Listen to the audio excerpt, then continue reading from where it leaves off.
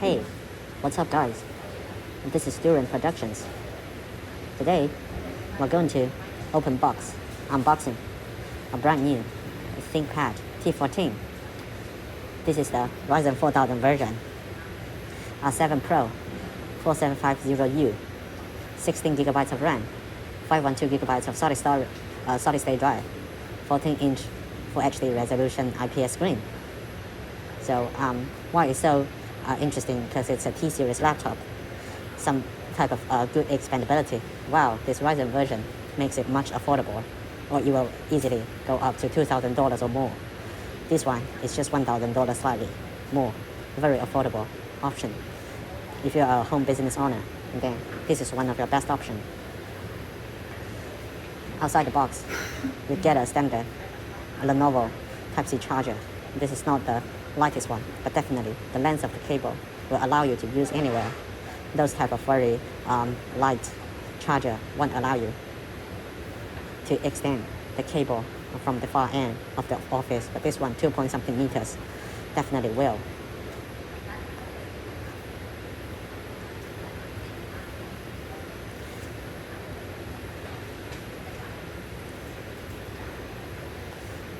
Some paperwork you will be able to find. Global warranty for this ThinkPad T14. So long as you got the receipt, you will be able to receive warranty anywhere in the world. Okay, there is an additional seal. We just remove it. I like this black color. It looks very premium. It's very solid, although it's a metallic build ThinkPad. We also tried the ThinkPad E14, but this one, it is metallic, and there is some plastic on top, or plastic film, or plastic coating on top. Okay, on the one side, there is a USB-C port for charging, one expandability ThinkPad port, one USB port, one HDMI port, one 3.5mm headphone jack, one micro SD card slot, and there is one internet cable port, and a USB port, one Kingston lock.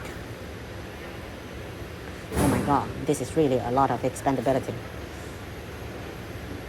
At the back side, you get a serial number, laser coded onto the panel with a Windows logo in the back. There's no too much ugly stickers inside. Everything's just good, and the black is deep. After opening the lid, you can find that it's a traditional ThinkPad design. Wow, although the T-series ThinkPad is not as good as the old generation IBM keyboard, but it is still the best laptop keyboard I can ever find. Much better than any MacBook you will find, definitely. And this is why many people still like buying ThinkPad. We got the red checkpoint in the center, a fingerprint sensor somewhere at the right side, a power button at the top, and the ThinkPad trackpad in the middle. At the top, you will be able to see a 14-inch screen with quite narrow barrel at the two sides.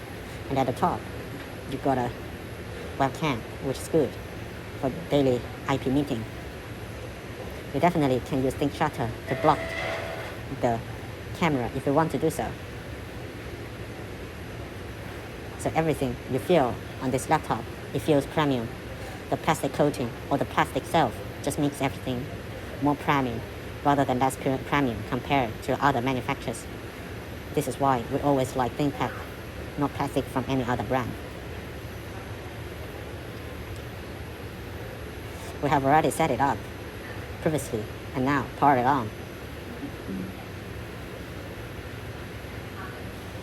One of the not so good side of this current copy is that there's no backlit keyboard, but it's not a big problem for me, because anyway I will not be working in low light, and I can type without any light on the keyboard. The speed is much better than Lenovo IdealPad series. It's very responsive. Everything is stable.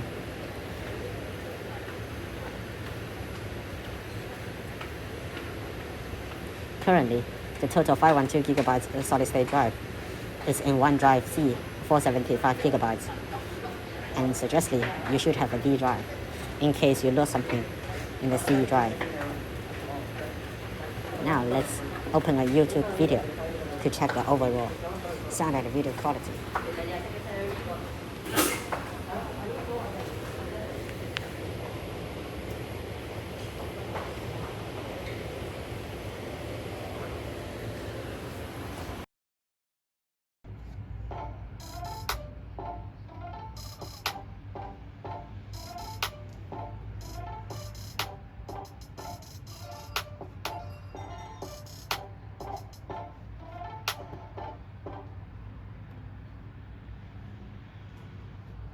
Our next guest, all she was trying to do was catch a train in the London Tube, and now she is one of the hottest videos on the internet. Here's why. Finish the lyrics. Tell me something, girl. Are you happy in this modern world? Or do you need more? Wow. Keep going. So hardcore. Wow, you're really good. Keep going.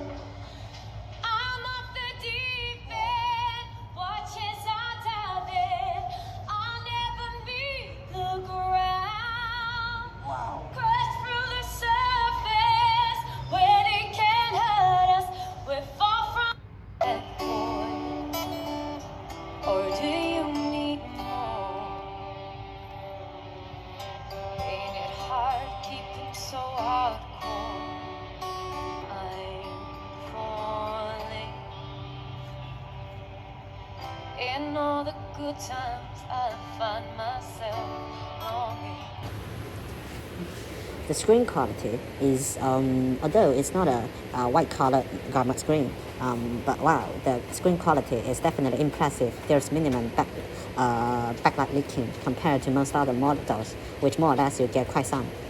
And the brightness is very even. As for the sound, it's just amazing.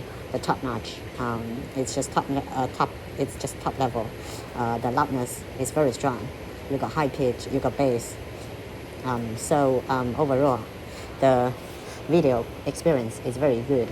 Unless you are really photographers or video makers, you will kind of notice what's the difference between different colored gamma screens. Or for ordinary people, this is definitely one of the best screens, and especially for officials, for office people, this type of screen will make your eye a lot easier and will cause less strain on your eyes. So overall, this is a fantastic screen and a fantastic show for both sound and display. As for the specs, we don't really want to mention specs frankly for a ThinkPad, but nevertheless, we are here already. This is an 8-core 16 threads processor in this laptop, and this is one of the most powerful laptop processors in the market, better than any Intel, and probably it's not comparable to the new Apple M1, but at least in the coming 2 years, Apple M1 is not usable for any professionals. So currently, it has 16GB single channel RAM soldered on board, and you get an additional slot where you can add an additional RAM stick, and you can get up to 48GB of RAM, which is really impressive. The GPU only got 448 shaders, but anyway, most people won't really yam on the ThinkPad. Wow, the performance is generally good enough for daily 3D activities such as video output. The battery is a 50 watt-hour battery. The size is pretty decent. Unplug the power. Wow, the power consumption is pretty minimum, just 4-point-something watts. And so, if in idle mode, you can definitely expect 10 hours battery life. Even work, 7 hours, I don't think it's a big issue. So good work, ThinkPad, for the battery optimization.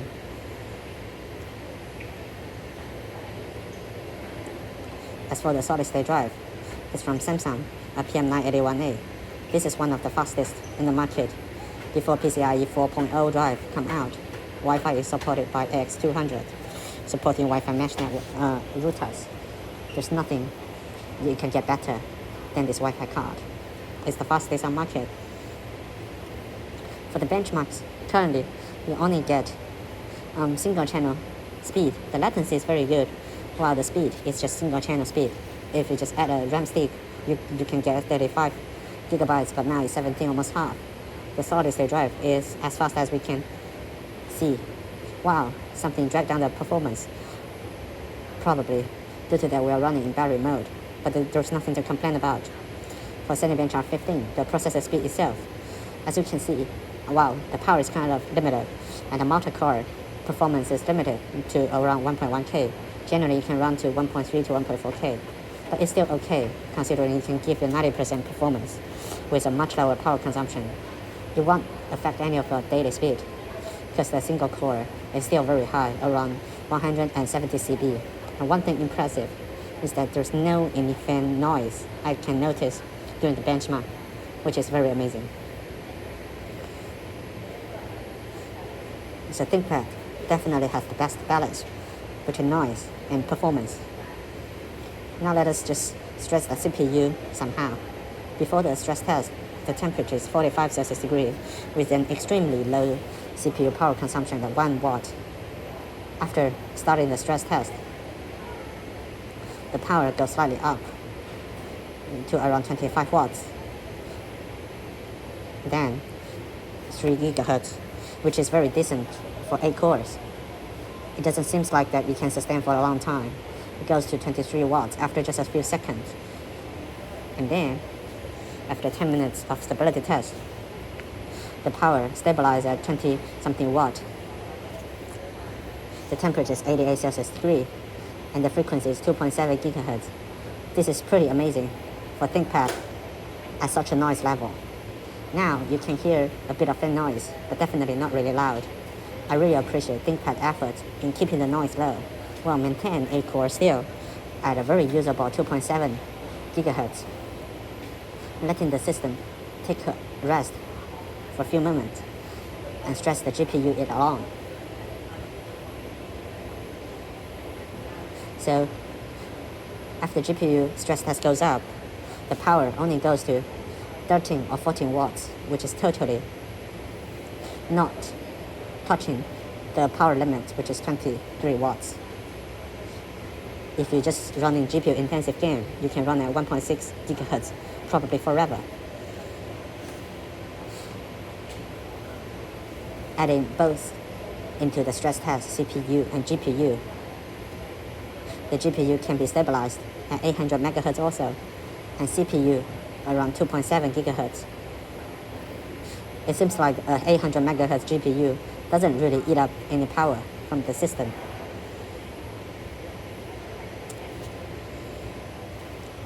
After 5 minutes of such close stability test,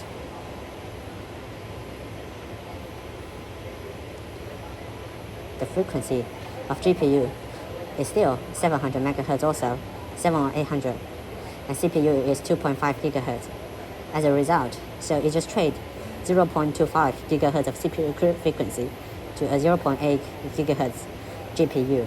Wow, this GPU is really power efficient. Still, you may need to know that the overall system temperature is 88 Celsius degree now, and we are in the 20 Celsius degree room. So take care if you are rendering videos or playing games outside in a 40 Celsius degree sunny day. And just do not do that. You will probably explode your battery or the chips inside. But if you are like me, in a cooled room, then there's nothing you should worry about the performance, noise, the heat. Everything is fantastically optimized.